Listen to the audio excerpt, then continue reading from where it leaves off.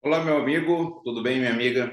É uma alegria a gente poder estar junto aqui nesse vídeo e estou gravando ele. Nós tivemos um problema na gravação da mensagem de domingo, então gostaria de gravar aqui, compartilhar contigo aquilo que nós refletimos no domingo. E como nós estamos chegando no mês de Setembro Amarelo, um mês que reflete bastante sobre a questão do suicídio.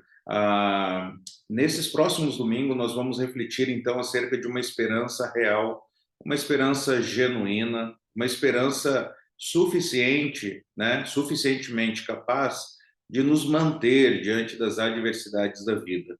E no próximo domingo nós veremos acerca especificamente da ideação suicida, né? Como oferecer esperança para as pessoas que lutam contra isso. Oferecer esperança também, um consolo para aqueles que passaram essa experiência na família ou com os amigos, né? E obviamente sofrem com isso pela perda de alguém. Então nós queremos refletir sobre isso, olhar para a palavra de Deus e ver o que Deus tem a nos dizer sobre uma situação tão adversa, né, como essa. Depois nós veremos acerca de depressão, como encarar a tristeza numa perspectiva bíblica, lidando com esses, né, com esse sintoma da depressão, essa tristeza profunda que abate, né, algumas pessoas, que algumas pessoas lutam com isso. É possível ter esperança, é possível reagir diante das adversidades. Nós veremos sobre isso, então, depressão. Próximo das eleições, nós veremos oferecer uma esperança para aqueles que estão decepcionados com a política, né? Nós vemos extremos, pessoas que não querem se envolver com a política, e desde já eu creio que a igreja não deve abrir um espaço num culto público para políticos, né? A igreja se reúne para cultuar e adorar ao Senhor. Algum candidato, algum político, ela chega como qualquer outra pessoa, né? Como um pecador redimido ou um pecador perdido, né? Chega como um pecador para buscar a Deus, né? E Deus deve ser o centro dessa reunião da igreja do Senhor Jesus. Mas, por outro lado, eu creio que a igreja deve se envolver na política, né? A igreja como o povo de Deus deve estar envolvido na política, mas não trazer a política, então, para dentro de um culto público. Isso não creio que não deve ocorrer. E aí o que acaba acontecendo? Algumas pessoas se distanciam disso, deixa que as decisões sejam tomadas por outras pessoas. Eu não estou nem aí, pouco me importa. É um extremo, outro extremo é essa idolatria que eu acabei de mencionar, beira uma idolatria e às vezes se concretiza até essa idolatria. E aí acaba machucando muitas pessoas. Então nós queremos olhar para a palavra de Deus, o que Deus fala acerca do governo, o que Deus fala acerca das autoridades, qual a esperança que nós podemos ter, né? E aí isso serve, então, como um preparativo para o dia das eleições.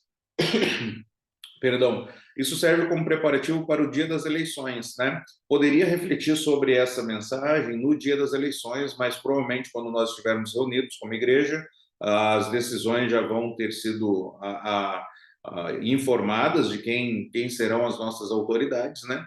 E aí a gente vai falar sobre a volta de Jesus, né? Vamos falar então acerca desse reino que Jesus vai estabelecer aqui nessa terra, o dia que Jesus voltar, e aí reinaremos com o Senhor Jesus. Então nós queremos oferecer essa esperança. Lá no mês de outubro, né, já num outro domingo de outubro, nós queremos falar sobre TDAH, né? Então oferecer uma esperança aos pais cujos filhos foram rotulados sobre TDAH. O que a Bíblia tem a nos dizer sobre isso? Então prepare-se, porque as próximas mensagens vão ser muito interessantes. Então, nós vamos ouvir o que Deus tem a nos dizer sobre esses temas que o povo dele e a sociedade luta, né? Então, nós cremos que a Bíblia é suficiente, nós cremos que a Bíblia tem todas as respostas, e você vai ver, então, a palavra do Senhor sendo aplicada nessas áreas. Hoje, então, nós vamos falar sobre uma esperança real, uma esperança verdadeira, uma esperança genuína. O texto é um texto lá de Romanos, capítulo 8. Nós veremos o versículo 18 até o versículo 25. Romanos 8, 18 a 25. O apóstolo Paulo, ele começa esse trecho aqui falando acerca de um contraste, apresentando um contraste acerca da nossa realidade atual e acerca de uma perspectiva futura, um estado futuro, quando nós estaremos com o Senhor. Olha o versículo 18, e eu quero até sugerir para você que você preste muita atenção nesse texto aqui, e quem sabe até você tenha como alvo você memorizar esse texto. Olha só o versículo 18. Considero que os nossos sofrimentos atuais não podem ser comparados com a glória que em nós será revelada. O apóstolo Paulo falando, olha, eu considero que os sofrimentos atuais, aquilo que nós passamos aqui, aquilo que ele passou aqui, não podem ser comparados com a glória que em nós será revelada. O apóstolo Paulo apresenta, então, um estado aqui que nós estamos, essa aflição, esse mundo de aflição. O próprio Senhor Jesus disse isso, que no mundo nós teríamos aflições, né? E ele compara, ele fala que não há comparação, não tem como pesar, não dá peso comparado com a glória que em nós será revelada. Essa vida de sofrimento atual não tem comparação com o dia que nós estaremos com o Senhor Jesus. Não há essa possibilidade. Um segundo que nós, quando nós fecharmos nossos olhos aqui e acordarmos do outro lado, né, estarmos do outro lado, estarmos com o Senhor Jesus, um segundo na presença do Senhor Jesus já vai ter infinitamente mais suprido, superado todas as alegrias que nós tivemos aqui nesse mundo. Então, o sofrimento aqui não tem comparação, não tem comparação com a glória que em nós será revelada. Não dá peso, não dá peso. O livro de 2 Coríntios, ele vai falar assim, ó, pois essas aflições pequenas e momentâneas que agora enfrentamos produzem para nós uma glória que pesa muito mais do que todas as angústias e durará para sempre. O apóstolo Paulo ele considera então as aflições que ele passou como pequenas, como momentâneas, e elas estão produzindo para nós, né, uma glória que pesa muito mais do que todas as angústias. Essa glória vai durar para sempre. Não vai ser apenas 70, 80, 120 anos, talvez, mas uma glória que durará para todo sempre. O apóstolo Paulo ele relata no livro de 1 Coríntios alguns sofrimentos que ele passou. Ele diz o seguinte, ó, e ele está aqui no contexto de 1 Coríntios, algumas pessoas que estavam se orgulhando, né, da posição que eles tinham diante da igreja, e o apóstolo Paulo, então, escreve para a igreja e diz, são eles, né, são servos de Cristo? Sei que dou a impressão de estar louco, mas digo que tenho servido muito mais. Trabalhei com mais dedicação, fui encarcerado com mais frequência, perdi a conta de quantas vezes fui açoitado e em várias ocasiões enfrentei a morte. 5 vezes recebi dos líderes judeus 39 açoites. 3 vezes fui golpeado com varas. Fui apedrejado uma vez. 3 vezes sofri naufrágio. Certa ocasião, passei uma noite e um dia exposto à fúria do mar. Realizei várias jornadas longas. Enfrentei perigos nos rios e com assaltantes. Enfrentei perigos no meu próprio povo, bem como dos gentios. Enfrentei perigos em cidades, em desertos e no mar. Enfrentei perigos por causa de homens que se diziam irmãos, mas não eram. Tenho trabalhado arduamente, horas a fio, e passei muitas noites sem dormir. Passei fome, senti sede e muitas vezes fiquei em jejum. Tremi de frio por não ter roupa suficiente para me agasalhar. Além disso, sobre mim pesa diariamente a preocupação com todas as igrejas. Olha alguns problemas que o apóstolo Paulo passou. E ele olha para isso e diz que elas são pequenas. Elas estão produzindo uma glória que pesa muito mais do que todas elas juntas. Então, no livro de Romanos, ele diz, né, considero que os nossos sofrimentos atuais não podem ser comparados com a glória que em nós será revelada. Pessoalmente, conheço 3 pessoas que cada uma sofreu de uma forma, né? E na minha opinião, elas são o top 3 aí em sofrimento das pessoas que eu conheci. Uma dessas pessoas, ela teve vários problemas de saúde que trazia severas, intensas, agudas dores ao seu corpo.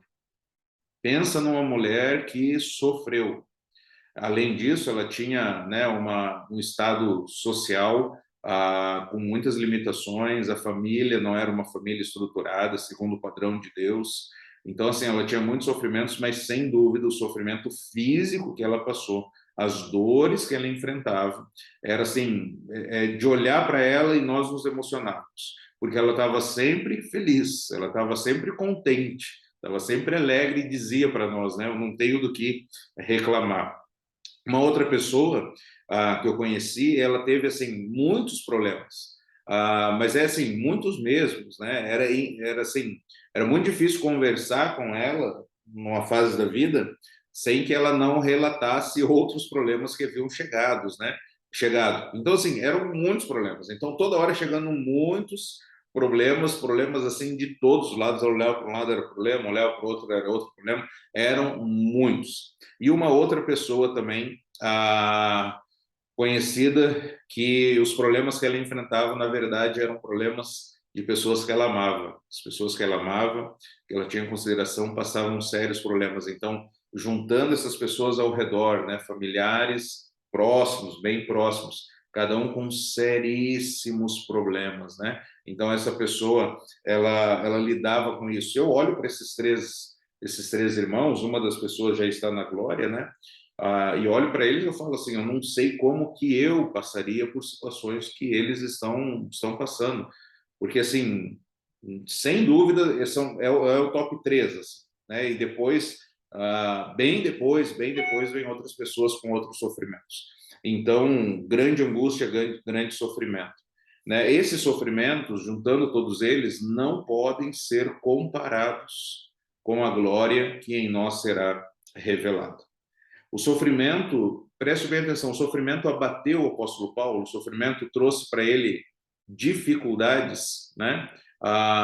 Não houve esse abatimento no apóstolo Paulo, né? Ele estava, de fato, só voltar aqui, ele estava de fato convicto que os sofrimentos atuais não tinha comparação. Então ele não olhava para os sofrimentos atuais, como diz aquela música, né? Não olhe as circunstâncias, não, olhe o seu amor.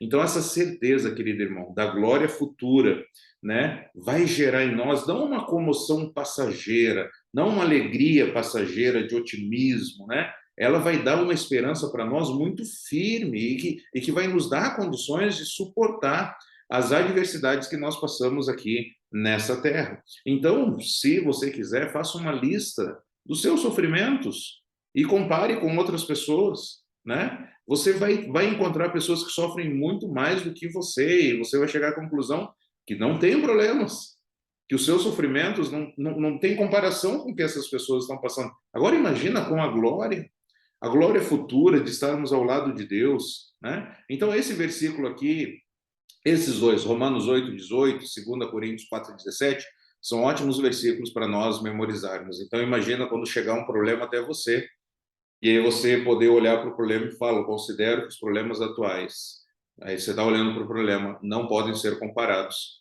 com a glória que em nós será revelada.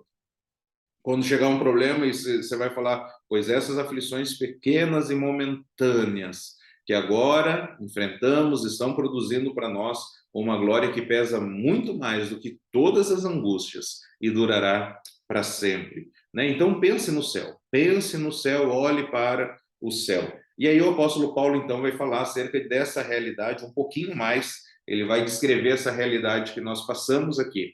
Olha o versículo 19 até o versículo 23. A natureza criada aguarda, com grande expectativa, que os filhos de Deus sejam revelados, pois ela foi submetida à inutilidade, não pela própria escolha, mas por causa da vontade daquele que a sujeitou, na esperança de que a própria natureza criada será liberta da escravidão, da decadência em que se encontra, recebendo a gloriosa liberdade dos filhos de Deus. Sabemos que toda a natureza criada geme até agora como em dores de parto. E não só isso, mas nós mesmos, que temos os primeiros frutos do Espírito, gememos interiormente, esperando ansiosamente nossa adoção como filhos, a redenção do nosso corpo. A natureza criada, então, segundo a palavra de Deus, ela está num estado hoje de inutilidade, de escravidão, decadência, né? Ela está se corrompendo, e aí ela geme como em dores de parto.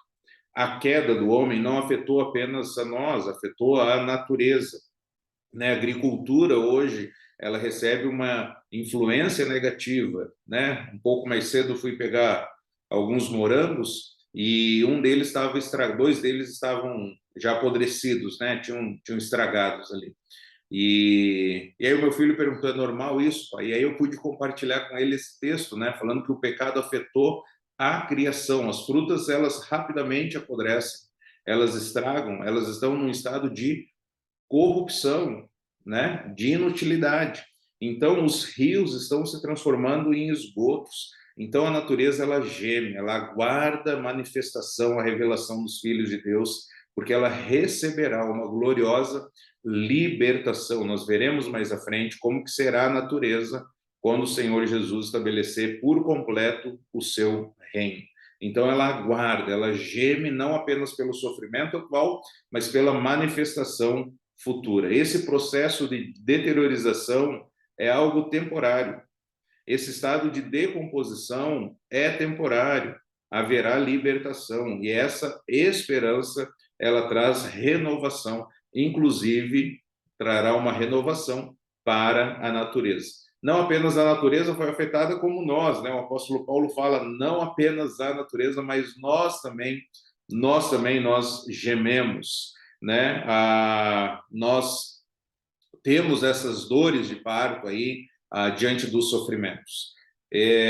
A dor de parto, ela é a segunda maior dor que alguém pode suportar. Ela perde para dor de queimadura, né?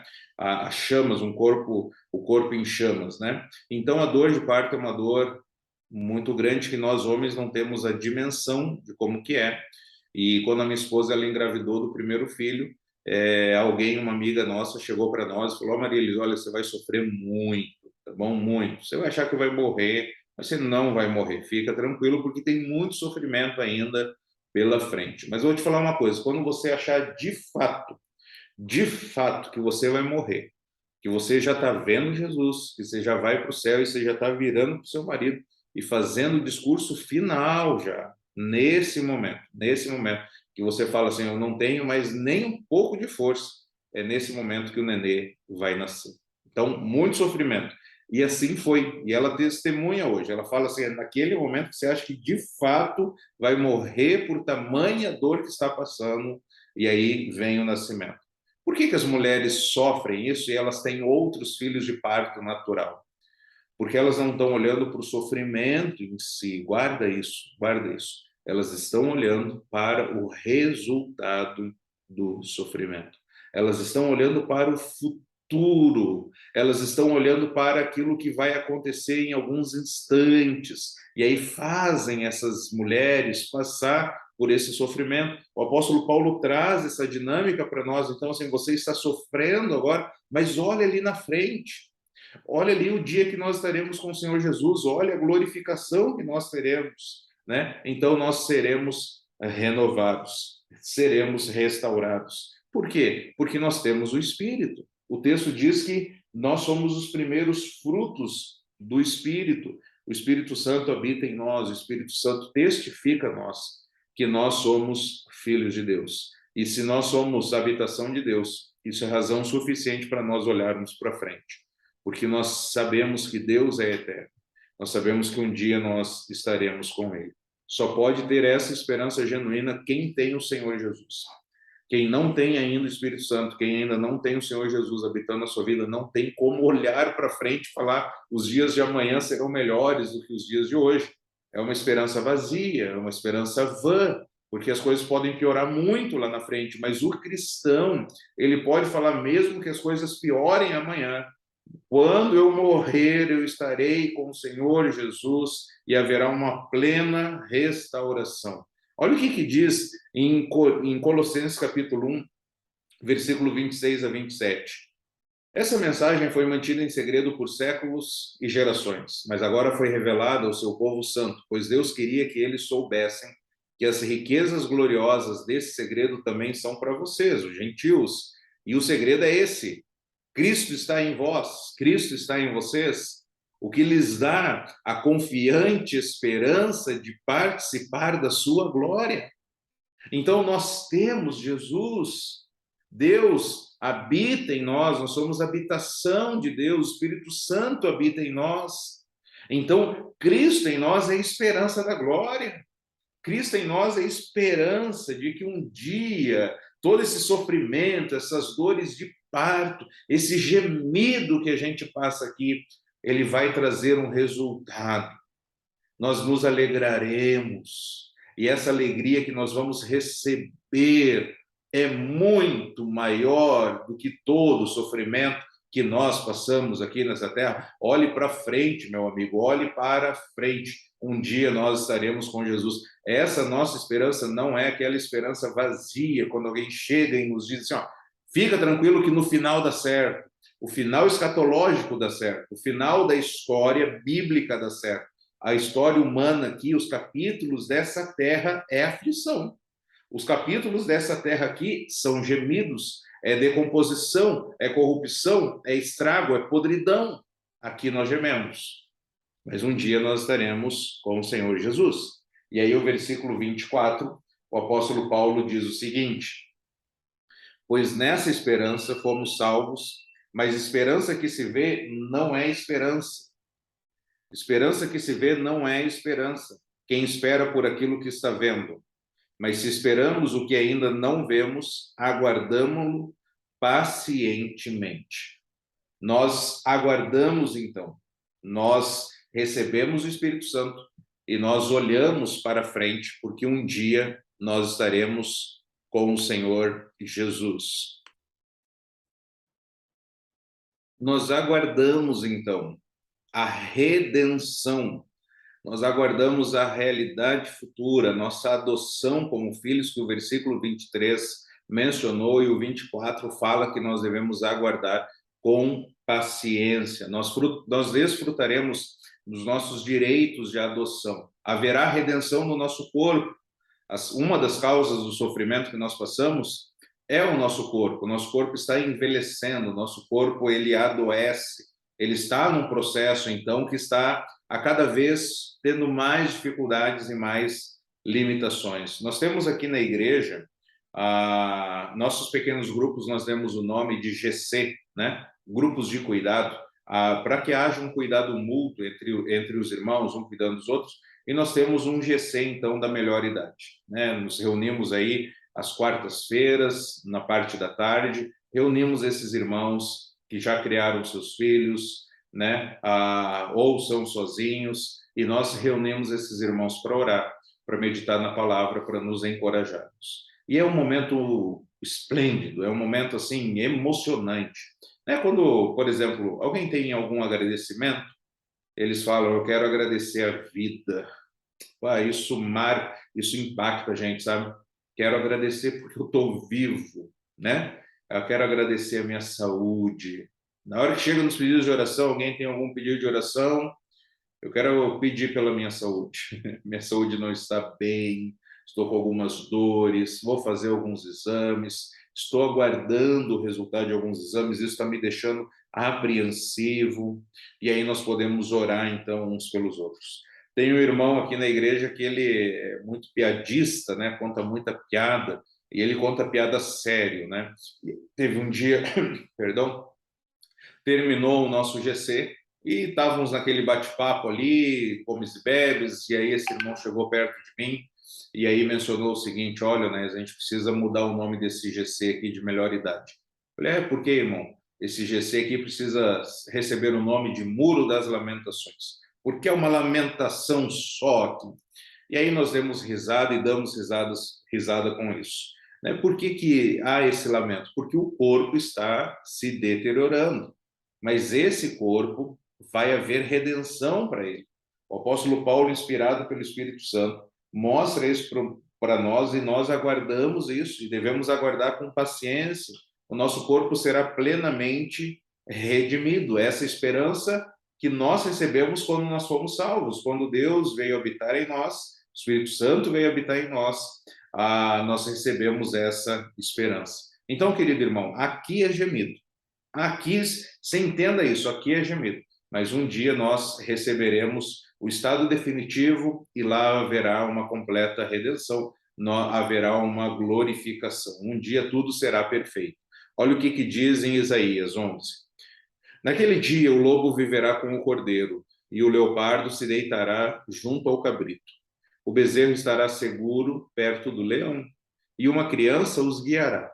A vaca pastará perto do urso e seus filhos descansarão juntos. O leão comerá capim, como a vaca. O bebê brincará em segurança perto da toca da cobra. Sim, a criancinha colocará a mão num ninho de víboras. Em todo o meu santo monte não se fará mal, nem haverá destruição. Pois como as águas enchem o mar, a terra estará cheia de gente que conhece o Senhor. Olha que maravilha, irmãos. Como haverá essa interação da humanidade com a natureza criada. Haverá perfeição, não haverá mal, ninguém fará mal ao outro, nem um ser humano fará mal a outro ser humano, nem a criação fará mal ao ser humano, nem o ser humano fará mal à criação. Não haverá mal, não haverá destruição, porque o conhecimento de Deus estará em toda a terra. Então, guarde isso, ó, preste muita atenção. Você não está a caminho do túmulo, você está a caminho do céu. Você não está a caminho de um leito de enfermidade, você está a caminho das ruas de ouro. Tenha essa esperança, por mais que você venha a passar por um leito de enfermidade, por mais que você venha a passar por uma sepultura, o seu destino final não é esse. Você estará com o Senhor Jesus se você assim já o recebeu. Até lá, então, nós devemos ter paciência, até lá nós devemos ter confiança. Então, o que nós devemos fazer? Em primeiro lugar, nós devemos aceitar.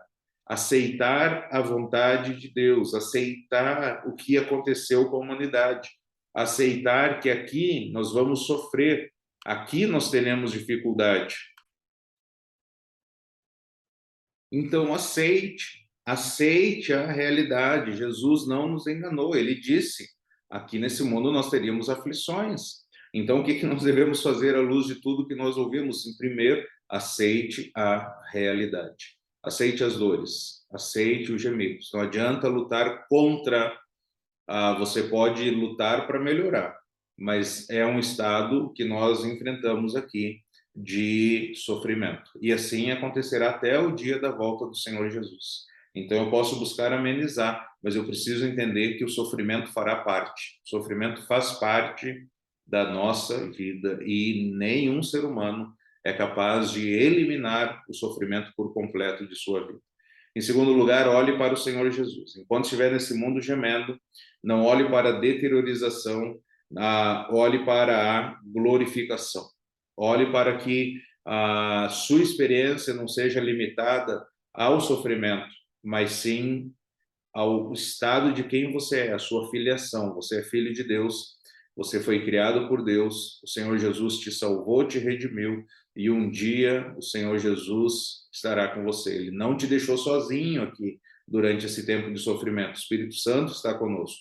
Então, olhe para o Senhor Jesus. Não olhe para as circunstâncias, olhe para o seu amor. Em terceiro lugar, persevere. Continue a nadar como aquela peixinho do filme Nemo, né? Continue a nadar, continue a nadar. Não pare, continue a andar, continue a andar. Continue. Olha o que Hebreus diz. Portanto, não abram mão da sua firme confiança. Lembre-se da grande recompensa que ela lhes traz. Vocês precisam perseverar, a fim de que, depois de terem feito a vontade de Deus, olha, vontade de Deus, não a nossa, depois de terem feito a vontade de Deus, recebam tudo que ele lhes prometeu. Pois em breve virá aquele que está para vir. Não se atrasará, Deus não se atrasa. Meu justo viverá pela fé. E se ele se afastar, porém não me agradarei dele.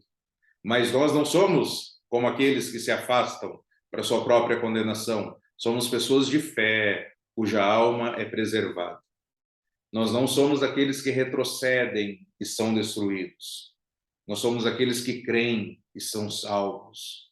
Então, nós devemos perseverar. O Senhor não se atrasará, o Senhor não se atrasa, ele virá em breve. Gostaria de terminar aqui fazendo uma oração, que a gente encontra lá em Romanos 15, versículo 13.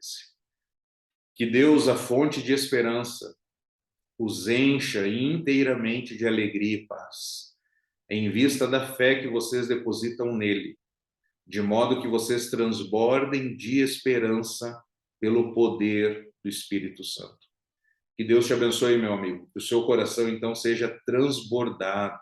Que o seu coração transborde de alegria, transborde de paz, transborde de esperança, porque Deus é a fonte da esperança. Que Deus te abençoe. Um grande abraço e que o seu coração seja inundado, então, por uma esperança real, uma esperança bíblica. Que Deus te abençoe.